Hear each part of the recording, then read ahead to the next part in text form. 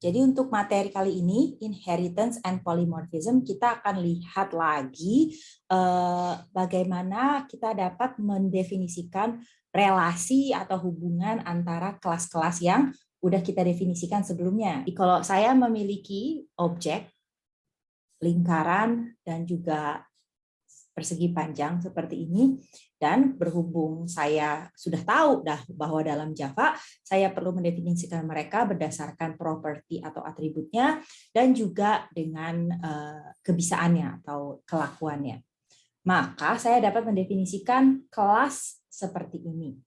Nah, ternyata setelah saya mempelajari keduanya, rancangan yang saya punya untuk keduanya memiliki hal yang berulang. Ternyata seperti yang bisa dilihat di sini, saya punya dua properti atau dua atribut pada lingkaran, color dan field, yang juga saya miliki di rectangle. Nah, di dalam program saya, asumsikan saya butuh keduanya, nih saya butuh dua objek ini, bisa saja saya definisikan dua kelas, circle dan rectangle, gitu ya. Bisa saja saya punya dua kelas, yaitu dua cetakan untuk membuat dua jenis objek. Akan tetapi karena adanya redundancy ini, karena ada common features, bisa nggak sih kita struktur ulang kelas-kelas yang kita sedang mainkan agar lebih efektif? Nah, inilah yang dinamakan dengan inheritance. Nah, kita bisa mendefinisikan yang dinamakan superclass dan subclass. Dalam contoh yang tadi saya tunjukkan, kita dapat mendefinisikan suatu superclass, contohnya simple geometric object. Nah, ini kan sebetulnya logika ini juga sesuai dengan logika yang ada di dunia ini.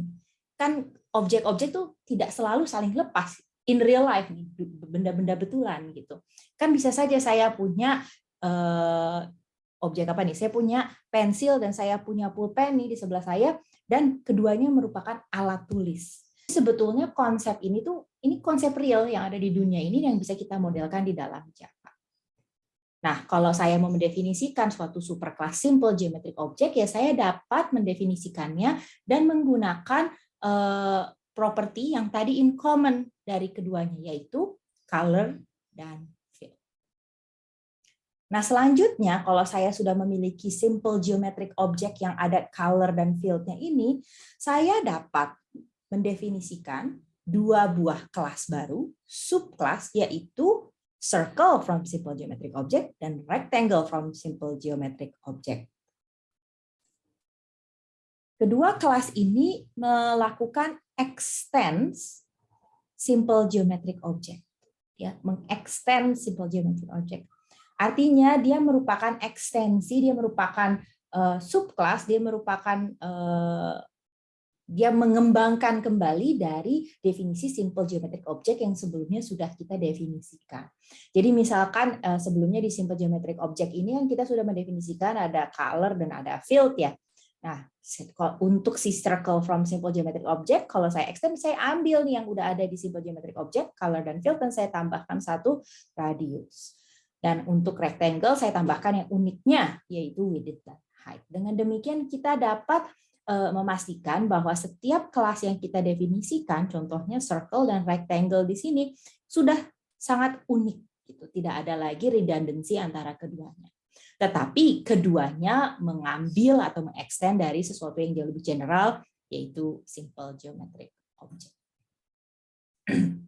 Nah, si simple geometric object dan circle dan rectangle ini adalah contoh yang akan saya gunakan untuk menceritakan suatu konsep yang lebih general, yaitu superclass dan subclass. Nah, jadi kalau saya memiliki suatu superclass A, itu yang lebih general, yang jadi orang tuanya lah ya, yang di atas. Kemudian saya memiliki suatu subclass B extends A. Apa yang terjadi? Si B ini akan menginherit atau mewarisi semua properti, kayak tadi contohnya adalah color dan field ya. Dia menginherit semua properti dan juga method yang ada pada A. Note bahwa superclass in constructor tidak diwarisi. Kita tidak akan mewarisi konstruktornya secara default. Tetapi kalau saya mau memanggil konstruktor dari superclass atau dari A dalam contoh ini, saya dapat memanggilnya dengan menggunakan keyword super.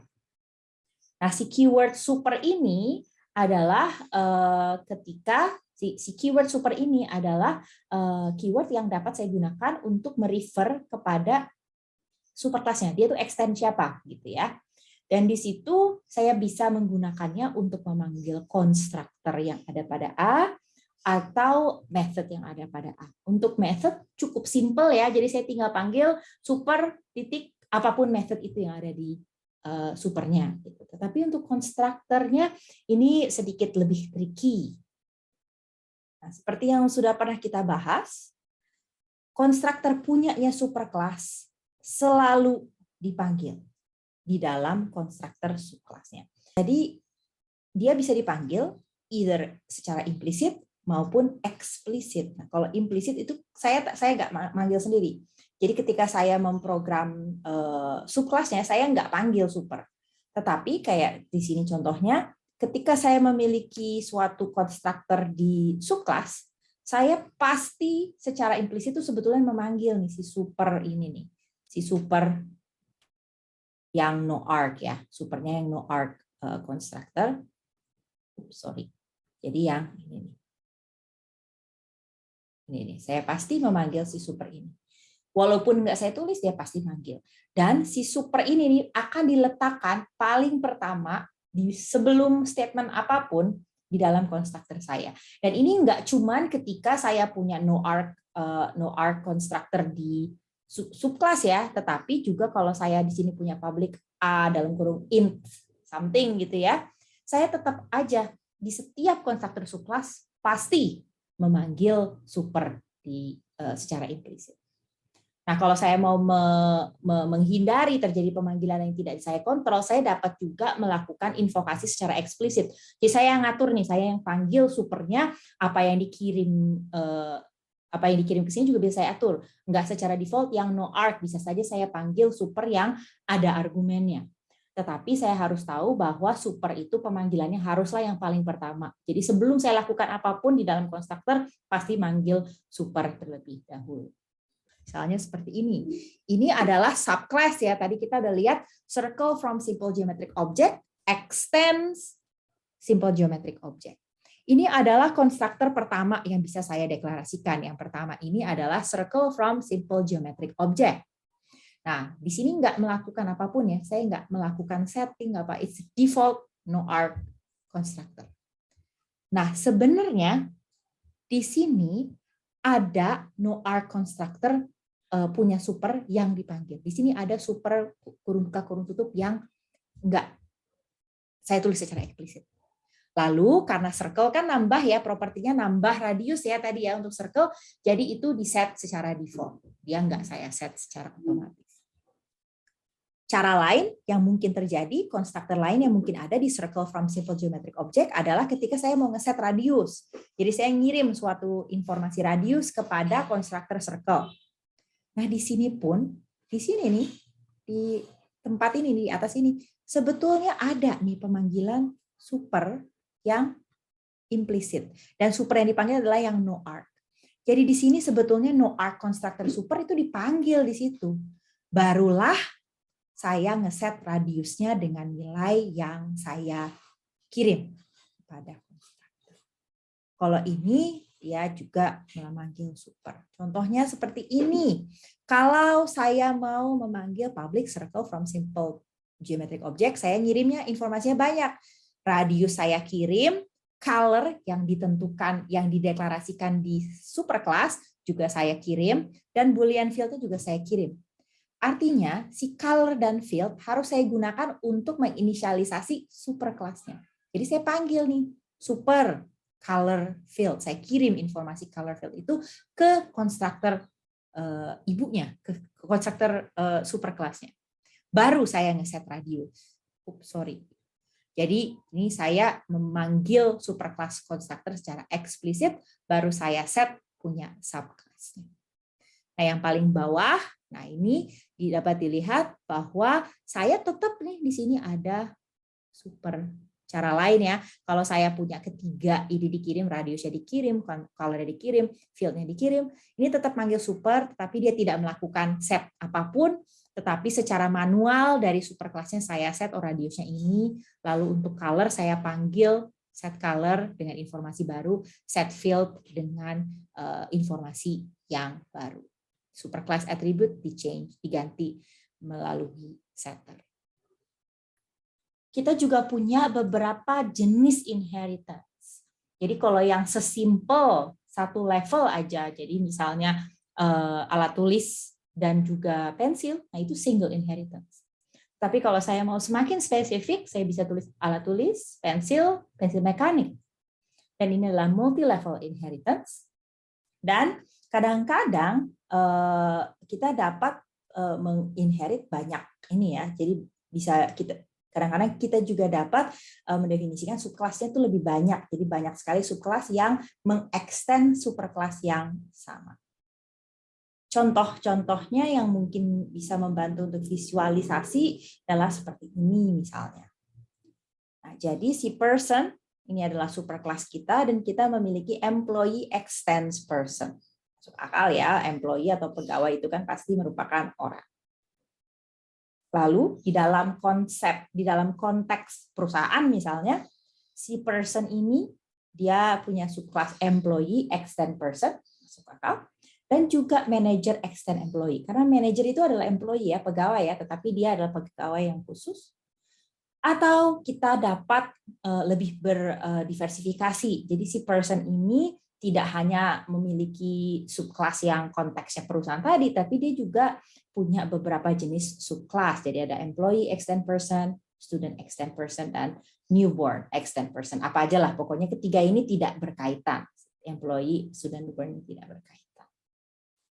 Nah, jika saya memiliki berbagai layer seperti ini ya, saya punya berlayer-layer dari inheritance, artinya kalau si multi-level inheritance ini saya bisa bikin panjang banget dong ya.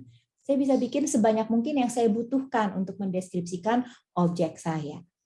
Nah, hubungan antara subclass dan superclass, kita tadi sudah belajar bahwa pertama, saya bisa menggunakan kata kunci super untuk memanggil method dan constructor ke atas. Saya juga tahu bahwa si super constructor ini pasti dipanggil. Nggak mungkin nggak dipanggil.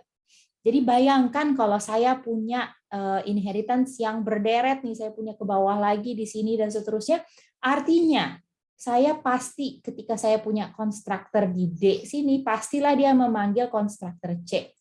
C pastilah memanggil konstruktor B, B pastilah memanggil konstruktor A, dan inilah yang dinamakan konstruktor chaining. Jadi jika saya melakukan instansiasi dari objek yang ada di level bawah, artinya secara implisit saya pasti, ataupun eksplisit ya, saya pasti harus memanggil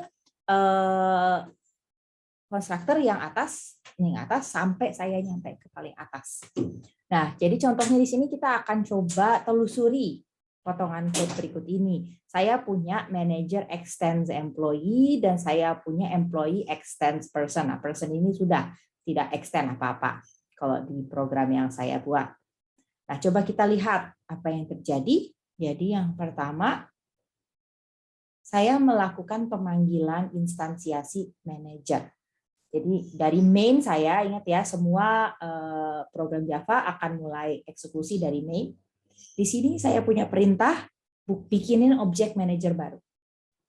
Mana sih manajernya? Oh, ini manajer. Ini adalah apa namanya? Constructor manager. Sini ya, ini constructor manager. Nah, si constructor manager ini dia melakukan sesuatu sistem print line. Tapi lupa, kan tadi kan sebelumnya di sini kita pasti memanggil super ya di situ ya. Nah, supernya manager adalah employee. Jadi sebelum saya lakukan ini, dia pasti akan memanggil supernya dulu. Super yang no arc ya, karena di sini implisit saya nggak memanggil sendiri supernya. Jadi dia di sini sebetulnya dia manggil super kurung buka kurung tutup. Dia masuklah ke employee. Nah, employee ini yang dia lakukan adalah dia memanggil diri sendiri. Nah, ini adalah konstruktor dia sendiri kan. Konstruktor diri sendiri di sini. Dan mohon maaf, konstruktor diri sendiri ini adalah yang bawah ini. Gitu ya. Tapi jangan lupa tadi kan di paling atas pun ketika saya pertama kali melakukan pemanggilan diri sendiri ini, konstruktor diri sendiri, pasti di sini juga memanggil super dulu sebelum dia melakukan apapun. Jadi supernya employee itu adalah person kan ya. Nah, dia akan pasti memanggil person. Nah, dia memanggil person, lanjutlah ke pemanggilan sini. Barulah karena person itu tidak memanggil lagi konstruktor super ke atasnya, berarti yang pertama kali tercetak adalah yang ini, makanya nomornya nomor 1 ya. Saya akan memanggil nomor 1. Di sini persons no R constructor is invoked.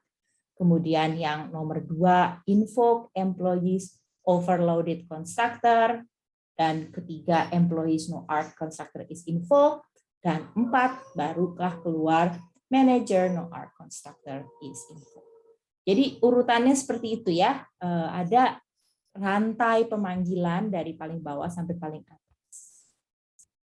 Nah, dari contoh yang tadi kita sudah lihat bahwa kalau saya mau membuat instansiasi dari suatu subkelas, saya harus yakinkan bahwa chaining tadi akan berjalan, gitu ya. Saya harus yakin, harus pastikan bahwa chaining ke atas itu akan selalu nggak masalah. Contohnya, pada potongan code berikut ini kita akan mendapatkan suatu error. Kenapa? Coba kita lihat kelas yang subkelas adalah apple ya. Jadi yang atas itu adalah fruit, bawahnya itu adalah apple. Coba kita lihat apple itu apa? Apple extend fruit dan dia tidak memiliki constructor. Artinya satu-satunya constructor yang dimiliki oleh apple ya no arc. Constructor dia ya apple begini doang ya, isinya kurung kurawa, kosong, nggak ada apa-apanya. Nah, ketika ada pemanggilan apple yang tanpa argumen ini, kita sudah tahu bahwa pasti baris pertama dari apple ini pasti memanggil super untuk paling pertama, gitu ya. Pasti. Sehingga kita tahu sebelum apple constructor yang no arc ini melakukan apapun, dia pasti memanggil super atau fruit. Nah, tetapi karena pemanggilan dari apple ini implisit, artinya yang dipanggil itu pasti super yang kosong tanpa argumen. Sedangkan kalau kita lihat di fruit, dia tidak memiliki no arc constructor. Dia hanya punya satu constructor yaitu public fruit yang menerima suatu parameter yang namanya yang jenisnya string. Kita udah belajar bahwa si compiler hanya akan menambahkan constructor default jika tidak ada constructor lain. Nah, di sini karena saya udah terlanjur bikin, saya bikin ini constructor fruit seperti ini, artinya dia nggak akan ditambahkan lagi oleh compiler fruit tanpa argumen. Sehingga di sini akan terjadi error. Jadi kita akan coba perbaiki ya. Yang pertama bisa kita lakukan adalah untuk konstruktor pada Apple, kita perlu definisikan secara eksplisit yang memanggil super dengan mengirim parameter jenis string. Sehingga ketika terjadi chaining ke atas, dia pasti memanggil ke si fruit yang memang mengirim, yang memang akan memanggil konstruktor yang signature-nya ada parameter string. Atau ya kita harus pastikan bahwa setiap superclass memiliki no arc constructor. Nah, yang kedua inilah yang merupakan praktek yang paling mudah lah ya untuk menjaga agar tidak terjadi aman. Jika kita mohon maaf tadi saya bilang tidak terjadi aman, supaya tidak terjadi error, mohon maaf. Jadi kalau saya pastikan bahwa kelas apapun yang menjadi superclass, saya harus yakinkan bahwa dia pasti punya no arc constructor. Jika demikian, insya Allah tiap kali kita punya subclass, dia kan paling enggak dia punya defaultnya itu. Si no arc constructor dia tahu, saya pasti bisa panggil dia. Jadi dua solusi ini dapat dilakukan. Sedikit rekap ya. Tadi kan kita sudah belajar bahwa kita punya superclass A dan subclass B. Nah, si subclass akan menginherit atau mewarisi semua properti dan method dari superclassnya. Apa aja sih yang diwariskan? Nah, yang dapat dia peroleh nanti dari subclass, yang dapat diperoleh subclass dari superclass. Pertama, semua properti. Jelas ya, jadi semua atribut, semua propertinya dia akan dapat. Kemudian superclass methods juga akan diterima atau diturunkan ke subclass B. Selanjutnya untuk subclass, kita juga kalau perlu, kita dapat mendefinisikan properti tambahan kayak tadi ya, kalau yang tadi dari circle dan geometric object, kita dapat menambahkan radius misalkan. Jadi kalau memang perlu, kita bisa tambahkan properti agar lebih spesifik. Kita juga dapat menambahkan method yang ada, yang diperlukan untuk si subclass. Nah, tadi kan superclass methods yang dari A udah diterima ya sama si B. Jadi si B udah dapat nih semua yang udah diimplementasi di superclass A. Kadang-kadang banyak sih ada method-method yang diterima atau diperoleh, diwarisi dari superclass itu tidak kompatibel atau tidak masuk akal atau tidak sesuai implementasinya dengan subclass.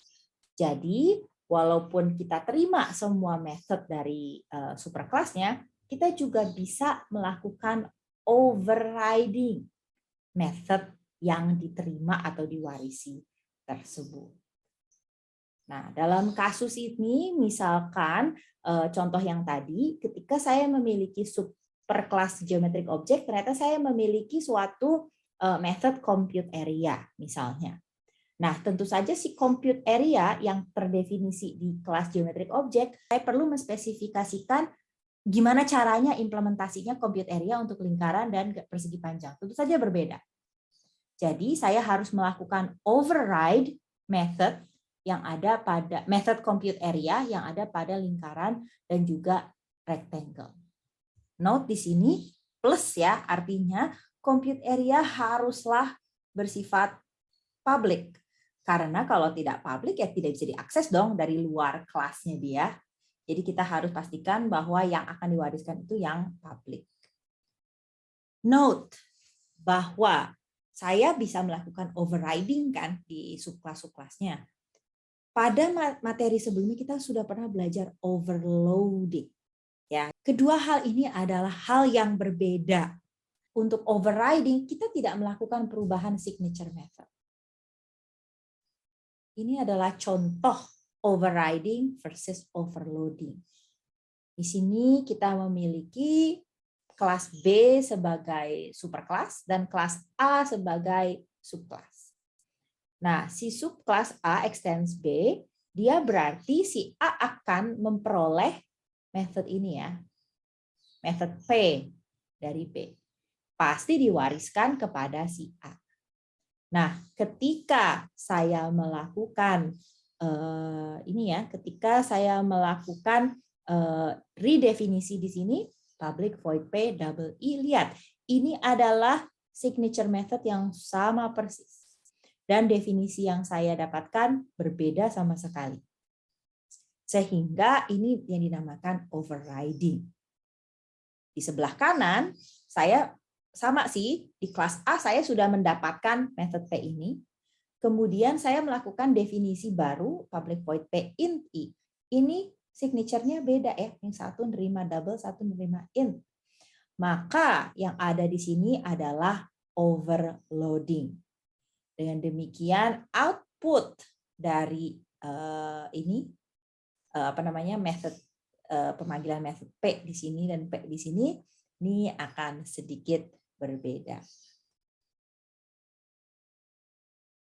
Note, apakah semua method bisa di-override? Tidak, hanya jika accessible. Makanya tadi sudah saya tunjukkan, oh hati-hati harus plus loh. Gitu. Nah, private method itu tidak dapat di-override karena tidak diakses, nggak bisa diakses dari luar. Kan tadi kita udah belajar ya, visibility itu kalau private artinya cuma bisa diakses dari kelas itu. Jadi begitu subkelasnya pun udah beda kelas kan, jadi dia udah nggak bisa akses. Jadi seandainya saya punya method private di superclass gitu ya, saya punya di superclass, saya punya suatu method yang private. Kalau seandainya saya definisikan dengan signature yang sama di subclass, dia akan dianggap dua method yang sama sekali berbeda. Nah, sama halnya dengan method static. Ingat ya, kalau static itu berlaku untuk keseluruhan kelas. Jadi, kalau static saya juga nggak boleh override. Jika saya override, bukan di override. Jika saya definisikan lagi static method di subclass, artinya yang ada di superclass akan disembunyikan atau tidak dipakai. Jadi hati-hati dengan akses modifier. Pada dasarnya overriding ini hanya terjadi jika methodnya accessible public. Seperti itu. Oke, salah satu contoh yang selama ini sebenarnya kamu udah mulai pakai ya, kita udah mulai pakai, udah mulai belajar tentang suatu method yang bisa di override. Nah, saya akan memperkenalkan kelas objek. Jadi di Java itu kita memiliki superclass of all superclass, jadi kayak superclass lah pokoknya ya. Yang nenek moyangnya semua kelas yang ada di dalam Java itu adalah kelas objek. Jadi kelas apapun yang kita buat sesungguhnya merupakan subkelas dari kelas objek. Jadi walaupun di sini misalnya saya mendefinisikan suatu kelas tertentu yang tidak extend, sebetulnya secara implisit pastilah dia extends objek. Nah, ini nggak perlu kita tulis. Ini nggak perlu kita tulis, itu secara implisit di dalam Java, itu semua kelas yang kita dapat definisikan, itu pastilah extends object. Nah, artinya apa? Kalau saya punya kelas apapun, misalnya saya punya kelas apa sih, pizza, apa gitu ya. Si pizza ini kan pasti merupakan subkelas dari objek. Artinya, di kelas yang saya buat tadi, contohnya di sini pizza atau apapun yang Anda mau, saya pasti menerima beberapa properti atau atribut dan method dari kelas objek. Salah satu method yang dimaksud ini sudah pernah Anda pelajari, yaitu method toString. Nah, kita udah pernah belajar ini waktu kita pertama kali mengenal objects dan classes ya. Bahwa ketika ada pemanggilan, ketika kita mengirim objek sebagai argumen pada statement yang ngeprint, nah ini kan objek ya, dia mau nyetak suatu objek. Yang akan dilakukan adalah secara implisit si cube1 ini akan dicari toString-nya. Nah, toString method yang ada di setiap objek secara default adalah toString method yang dia warisi dari kelas objek. Jadi bukan kayak setting default, tapi dia sebetulnya mewarisi dari objek class. Dan si toString yang ada di objek class ini secara default ya isinya adalah yang kayak yang contoh yang kita lihat di sini, class name, app, dan hash code-nya dia ada di reference-nya dia di lokasi memori atau code atau identifier di mana. Nah, itulah yang dilakukan setiap kali kita mendeklarasikan method toString pada kelas yang kita buat. Ini yang kita lakukan adalah overriding. Kita mengoverride toString miliknya si objek, kelas objek, dengan toString yang lebih bermanfaat di kelas yang sedang kita gunakan sebagai subkelas. Apakah ada pertanyaan? Saya akan pause dulu di sini. Oke, belum ada ya. Saya akan lanjut sedikit lagi. Jadi, kita perhatikan dua contoh seperti ini.